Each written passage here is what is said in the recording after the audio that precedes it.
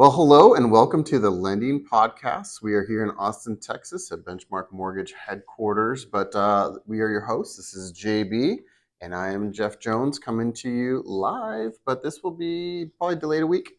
But we have something pretty big that we want to talk about. It's all over headlines about what a buyer needs to know about the changes for finding a good realtor. That's right. The National Association of Realtors is making some changes. Oh, yeah. And so we're here to talk about that. And we're here to talk about fundamentally the importance of our buyers having buyer representation, what a buyer's agent brings to you, a home buyer or homeowner looking to buy or sell a home, how critical it is to have a real estate professional guiding you through the process. Also, the lending aspect as well. And now more than ever, lending, real estate agent, buyer working together to navigate you through this home buying process. And I will just say, don't go through this alone. Yeah. So look, we are loan officers. We are not realtors, but a lot of our friends, our referral partners, our businesses acquaintances are realtors, and we have a huge value for what they provide their clients because their clients are also our clients. So we work kind of hand in hand, and it's more of a team effort than it is an individual effort when it comes to closing a home. So therefore, our goal is to make sure you as a buyer have the best possible experience. And we know that if you are underrepresented, not represented well by a realtor, or trying to go it alone without a realtor, it really sets people up for pretty big challenges. Well, it could cost you money. Oh, And yeah. it could cost you a lot of stress, a lot of heartache, possibly missing out on the Yeah. home of your dreams. I mean, there's so many reasons that you want to have a great real estate professional on your team. And the reason that we're really emphasizing that today is because the lifeblood of our business, as Jeff just said, the lifeblood of our business for the most part is our real estate agent referrals. Yes, we have referrals come in from business professionals and CPAs and financial advisors all across the industry, past clients, huge source of our business. Thank you to all of our clients out there. And referral sources is certainly our database and our client database. Our agents provide the majority of buyer leads because they're working with home buyers. And so this change through the National Association of Realtors, this lawsuit that was settled months ago, is now taking effect August 17th of 2024. And by the time you're watching this or listening to this, it will probably already be in effect. And so what you need to know as a buyer is what's changed, what's different, how does it affect me? And yes, it could affect sellers as well. And we are, our guidance, our expertise in this area can help give our listing agents and our sellers maybe some guidance because you're going to sell and go buy, so there may become buyers. This is really designed for someone who's out there looking at homes, buying a home, perhaps a first-time buyer, and certainly our agent partners who are listening to this and are thinking, okay, how do I navigate this now? What type of relationship do I need with my lender to help check those boxes throughout the process? Because we have a list right here of 132 things that our buyer's agents do for our buyers. Now, if you're a buyer out there, do you want to take on 132 things in addition to having a job and having family responsibilities and having social commitments and having all the things that we have? So it's just more critical now than ever. So we're going to talk about a little bit what it means to have that buyer lender agent relationship and some of the scenarios that we may be seeing moving forward. Yeah. So if you're out there and you're looking to buy a home and you don't have a realtor that you're going to work with yet, and you're trying to figure this out at the beginning, and you're like, what is this buyer's rep agreement about? Do I really need one?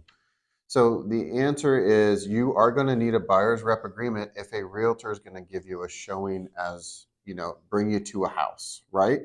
You can still go to open houses, but for you to actually have a good walkthrough with a realtor to point things out for you, to give you advice, you need that agreement signed. Reason being is because it's almost like going to court without an attorney on your side, right?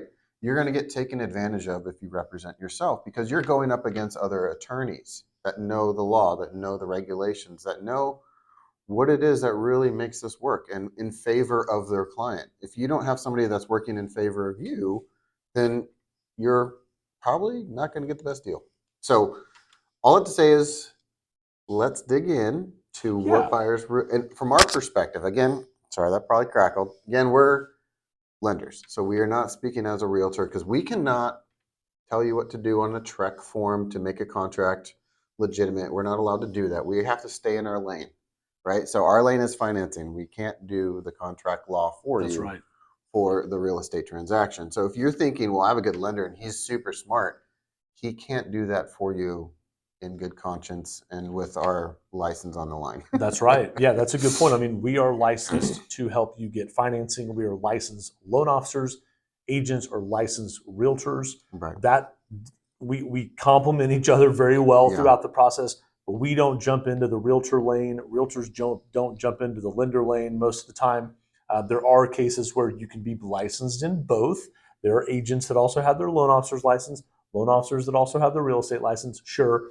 But to really have a dedicated representation on a transaction, it is, uh, I would say, suggested you have one professional on the mortgage side, one professional on the real estate side to help you Mm-hmm. through this process. Sure. So, what does it mean for you as a buyer to not have a a buyer's agent? If you decide I'm going to do this by myself, there's some changes out there. I can go see FSBO houses for sale by owners. I can, look on the national platforms and look at for houses for sale.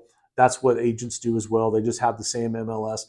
I'm telling you right now, the representation that you're going to get with your buyer's agent, a professional who can guide you through the process and handle these 132 things, is critical. Let's talk about the home inspection for a second. So I have a buyer right now buying a home. They're going to do a complete remodel on the house. They have waived their home inspection. Okay, now I talked to them about getting a home inspection. Their agent talked to them about getting a home inspection. They were adamant they don't need one. Why? Because they're going to gut it from stem to stern, right? They're going to completely remodel this property. And I understand their rationale for that. But most of us are not going to buy a house and take it down to the studs. And so if you're a buyer without an agent out there, you get a home inspection, who's navigating you through not only what's on the inspection, and perhaps the home inspector will point out the high points, who's helping you negotiate with the seller? Is it the lender? We don't do that, right? That's not our area of expertise. And so we're just reinforcing that's step one. And then from that Well, point all yeah, the way through the contract, how many steps there are. Yeah. So I know you're going to jump in. yeah, and we try to bite our tongues a lot when we hear stuff like that because it's appalling to think that you're going to spend three, four, $500,000 on a home and not be willing to spend $300 or $400 on an inspection, right? Because a foundation issue, a roof issue, that's going to cost you tens of thousands of dollars, Yes. $20,000 plus if you have a foundation problem. Yes. Why not just know that up front? That's right. Well, and how much is that going to cost you when you go to sell the property later and Yeah. you didn't realize that was even an So for issue? not spending $300 or $400 for an inspection, you're spending now tens of thousands of dollars and possible monster losses Yes. and higher insurance costs Yes. for the life of ownership just because you didn't want to spend that money. Right. Right. Anyway, So home yeah, inspections, we are fans. home inspections we're fans of, Yeah, right? And please we do it. as a lender, we don't necessarily want to see your home inspection, right? That's between you and the buyer's agent Right. We don't negotiating see with any the of that. seller. We'd actually never see home Hmm. inspections. We discuss what's on the home inspection. Hey, it needs a roof, it needs Yeah. foundation work. How do I navigate the lending process knowing that the home needs some work? Yes, we're open for those discussions. We want to help guide you through that.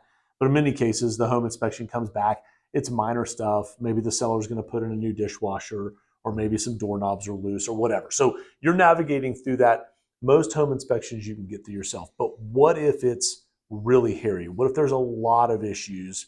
And as a buyer, you really want the house, but you don't really know what you're getting into. So you need that real estate professional guidance on the buy side Right. to figure out, is this a house that you want to take on? Is this a project that you want to take on if it needs a lot of work, right? When I bought my home here in Texas, I had a mold inspection done. Oh, So that's not only important. was the inspector there, my mold inspector that was Oh, how'd also the mold there. inspection go? It went good, but we found Yeah. rats in the attic, Oh, which was good to know. that is good to know. All right, and got rid of those, right? Oh yeah. Day one. Yeah, Yes. not welcome. Right, exactly. So what do these changes mean, to the industry? Well, the most fundamental one, and Jeff touched on this, is you as a buyer now need a buyer's representation Hmm. agreement. What does that mean? It means that your agreement with your buyer's agent establishes their commission for helping you find and negotiate your home. And Right. that's critical. Again, you need that support on the buy side to help you negotiate and navigate that. And there are some cases, sure, where you may not need representation. It's a family transaction, it's a gift of equity, you're buying a house from your brother. There's certainly some, maybe perhaps some exceptions, but for 98% of us out there Hmm. buying property, you are going to want and need someone navigating you through the process. Now, some of the changes that are coming specifically are in the MLS, the multiple listing service, which all the homes for sale are listed on. Sellers now, and on the MLS, cannot list what what the seller is going to compensate the buyer's agent Hmm. for that transaction. They can Right. negotiate with the listing agent. The listing agent Right. has their commission negotiated, which has always been the case fundamentally from day one, 50 years plus ago. We've always been able to negotiate these commissions in theory, but there has been a standard in the industry that's typically 6%. The seller pays the listing agent 6%. The listing agent splits that with the buyer's agent. That's been customary, not 100% of the time, but it's been for the most part how the industry has operated. Right. Now, the seller and the listing agent are not presenting those terms in the MLS to a buyer's agent. So the buyer's agent must call the listing agent and find out if the seller is offering a commission, in which case sometimes they may be, sometimes they won't be. And fundamentally, the buyer now has an agreement with the buyer's agent to help them purchase this home. And there's a dollar amount associated with that. So it's going to be important now more than ever that we're communicating how the buyer's agent is getting compensated. Yeah. And so what has, if I could try to simplify, a lot of things for people out there listening, is like, man, you guys are talking about a lot of different things. Basically, when you don't list a pretty big financial expectation up front on your listing, then anybody that is considering that house doesn't know what that's going to look like because now it's not listed, right? So we took a piece of information, a financial piece of information off of the MLS, which now has a big question mark on every house. So every house now has a question mark that has to be answered that was already just posted before. So now that's not posted, conversations between real estate agents has to happen more than ever. That's right. And I think for maximum visibility, again, I could give some opinions here. There's going to be some exceptions. Hmm. I think for maximum visibility, if I'm a seller, I want maximum foot traffic through my house. I know that having more eyeballs on my home means that there's more opportunity to get it sold. So if I'm a seller, Right. I'm thinking, yes, I want to compensate agents on both sides, professionals on both sides to bring me a buyer. But I understand with the laws and the changes out there, there's going to be some sellers and listing agents that perhaps through their negotiation with the seller decide we're not necessarily going to offer that to the buyer's agent. And so the buyer's agent will need to get compensated a different way. They'll need to get compensated directly from the buyer. And so as a buyer out there, you may be asking yourself, well, what am I getting for that value? What am I getting for that dollar amount? And again, there's 132 things that buyers agents do. There's probably 1,032 things that they really do, but list is boiled down. And so our emphasis is when you have a lender in place and you don't have a buyer's agent in place, let's just say, there's a huge gap of information. You don't know what you don't know. And so for a buyer to go into a massive financial commitment and have a lot of gaps throughout the process where the seller's agent, the listing agent, can't necessarily reach across the aisle and help that buyer because their loyalty is and agency relationship is to the seller, right? So it leaves the buyer really unprotected. And that's our concern for you as a buyer. We want you to be protected. We're going to protect you on the lending side for sure and walk you through the process and put you in the best lending terms possible. The flip side is we got to get you in the best house. That's the fundamental goal is purchasing the right home and being protected throughout that process. So you don't waste money, you don't throw money away, you don't lose money. We want you to have a successful transaction, especially when it's the biggest purchase most of the time in your life. Yeah. So I think, as a buyer out there, as a realtor out there, if you're listening to this, the big piece takeaways I'm hoping for people from this podcast is realize it's more important than ever to have a good realtor. It's a big deal for a buyer to understand that they need to have a sit down with that realtor to go over the buyer's representational agreement so that they know what the fine print is of how compensation is going to be paid for the person that's working for you. And the third thing is understanding that the financial scenarios for each property are more important than ever. Right. So every property may have a different financial scenario for you. That's right. And obviously the goal for you is you want to find your dream home. Yes. And everything else we're talking about is the minutia. It's all the business talk of to get you your home. To get you your home, you're going to be going through those things and many others. But because this has been getting so much attention, we just know that things have gotten heightened. So the importance of having a realtor has gotten heightened. The importance of knowing what the buyer's representation agreement is with you and that realtor is more important. And the importance of knowing that each scenario for every house, of knowing your cash to close and your other cash obligations that might be out there outside of just your down payment, but all your closing costs are more important than ever. That's right. And we like to say it's the two checks that you're going to write. It's the check at closing and it's the check every month for your mortgage payment, right? Those are fundamentally, those are the two things that you're thinking about once you've found the home. How much is it going to cost me up front or at Right. closing, and how much is it going to cost me each month? And so to have a lending partner and a real estate partner working together to help achieve those goals, that is so critical now more than ever.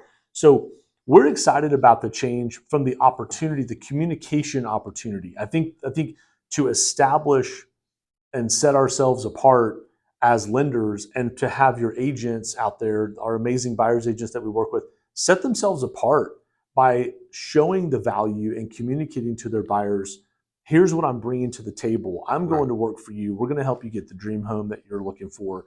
And the lending side of that is super important too, because there are some creative solutions. Like, let's talk about all the different scenarios for a specific buyer. And so we'll unpack that as we go through our discovery call with you, find out your goals, find out what you're looking to do, and then figure out how we can make the numbers work, how to achieve your payment goals, how to achieve your cash out of pocket goals. Again, there's down payment assistance programs. If you don't have a down payment, that's okay. There's still a way to get into a home. Right. There's programs for folks, obviously you're putting 5, 10, 20% down. Great. This may not change a lot for you. However, we're seeing an opportunity with some of our first-time buyers to effectively communicate in this market. You can still buy a home even with some of these changes, because I think there'll be some social posts, there'll be some buzz out there in the industry that might scare some buyers off. We don't want that to happen. I say all the time, do not disqualify yourself. Like, have the conversation and figure out, how do we make it work? How do we get to a yes? As our corporate office, it's like our slogan in our company. How do we get to a yes?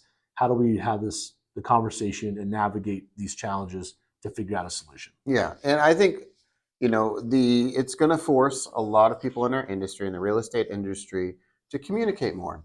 So if people are not used to just answering their phones, we're going to need to answer our phones more, because we have to talk some of these things out. But since it's not listed publicly, we have to call or email or text, but we have to communicate. The other thing is, when you have that house that you want to put your offer on, make sure that your lender and your realtor are talking, because that scenario, like we said, has more variables in it. And if you're tight on cash to close, you better make sure that the offer that's going in is something you can afford. That's right. Not so, even though you're pre-approved, you definitely want your realtor and lender to talk on, the offer that's going, that specific offer that's going in. I would say yes. Even more weight needs to be put on the pre-approval up front now more than ever.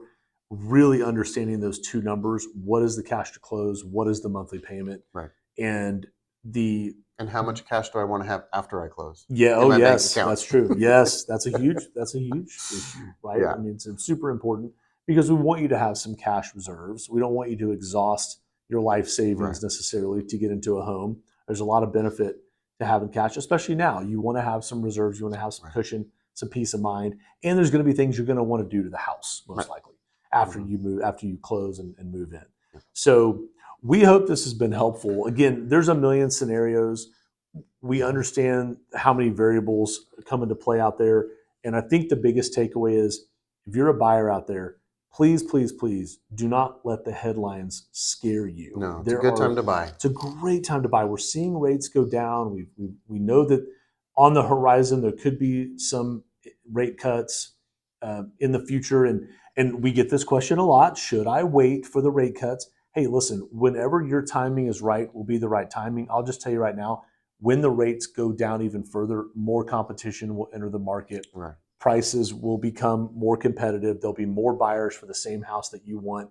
And that could make all that we just talked about a little more challenging for a seller who may or may not be willing to compensate your agent. And Mhm. now, what are you doing as a buyer to make sure that you're getting that home and also all professionals involved are being compensated? Yeah. So there's a few variables to think about when rates continue to go down. And although it'd be a little bit a little bit of a frenzy, I should say, and a little more exciting out there in the industry, a little better headlines, it will bring more buyers in. Right.